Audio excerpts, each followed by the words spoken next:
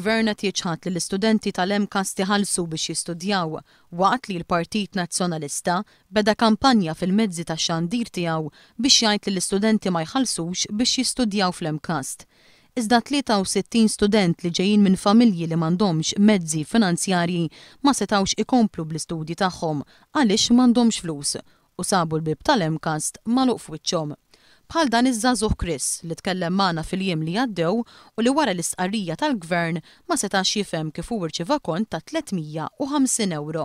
Jien għandi l-karta mill-MCAS fejn irid nħallas 351 euros 74 cents. Issa jekk din qed tgħid li mhux vera, ma nafx jien għandi l-provi għandi l-karti mill-MCAS stess. Il-Ministeru tal-Edukazzjoni jgħid li Joseph Muscat qed jivvinta meta jgħid l-istudenti tal-MCAS iħallsu biex jistudjaw. Iżda l-istudenti stess li jirċevew il-kontijiet qed igidbu lill-Ministeru tal-Edukazzjoni. Però jiena qatt mattilhom biex ma nħallas il-kors kollu, imma nħallas nofs il-kors u l-kumplament 120 l-oħra m'għandix minn fejn oħroġhom. Dik li għattilhom ġifieri ma nafx għalfejn qegħdin iġibuha daqshekk kbira.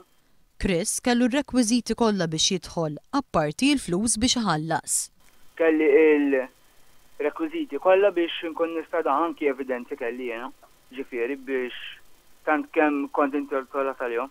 Il-Gvern kellu 79 talba l-għajnuna finanzjarja minn studenti li minnhom seta' jilqa' biss 16, waqt li 63 student ma setawx ikomplu bl-istudji tagħhom għaliex il-Ministeru tal-Edukazzjoni ma sabx 29,000 euro għalihom.